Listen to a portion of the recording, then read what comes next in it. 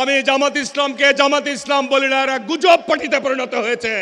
মাদক হচ্ছে দেহের জন্য ক্ষতিকর, আর জামাত ইসলাম হচ্ছে ইসলামের জন্য ক্ষতিকর। আজকে জামাত ইসলাম যে গুজব ছড়িয়ে বেড়াচ্ছেন, আল্লাহ রসুল বলছেন তোমরা গুজব থেকে সাবধানে থাকো। শুকরিয়া, সকলে বলি আলহামদুলিল্লাহ। দীর্ঘ 22 বছর পর আমাদের প্রিয় নেতা রাজশাহীর ঐতিহাসিক মাদ্রাসা ময়দানে উপস্থিত হতে পেরেছেন। আমরা করতালি দিয়ে তাকে অভিনন্দন জানাবো। আজকের সভার মাননীয় সভাপতি, রাজশাহী গ্রেটার রাজশাহীর মাননীয় সংসদ সদস্য প্রার্থীগণ, মাননীয় চেয়ারম্যান, প্রিয় উপস্থিতি,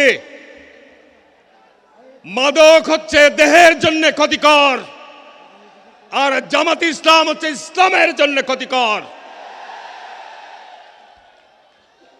প্রিয় উপস্থিতি, আমি জামাত ইসলামকে জামাত ইসলাম বলি না, এরা গুজব পার্টিতে পরিণত হয়েছে।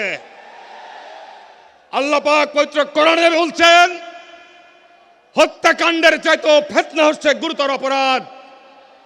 আজকে জামাত ইসলাম যে গুজব ছড়িয়ে বেড়াচ্ছেন, আল্লাহ রসুল বলছেন তোমরা গুজব থেকে সাবধানে থাকো। সুতরাং তাদের অপপ্রচার,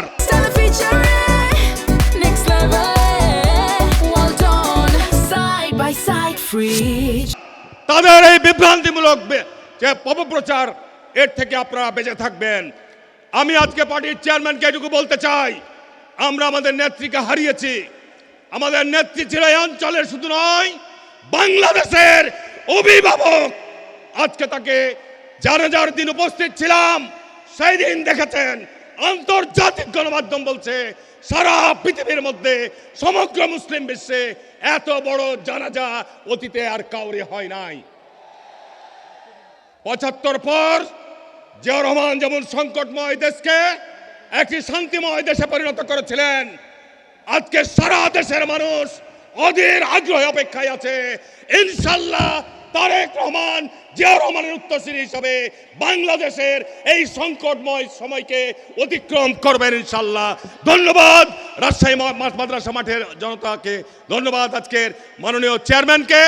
আমন্ত্রণ থাকলো, দাওয়াত থাকলো চাঁপাই নবাবগঞ্জে আপনার। ধন্যবাদ সকলকে। আসসালামু আলাইকুম রহমতুল্লাহ।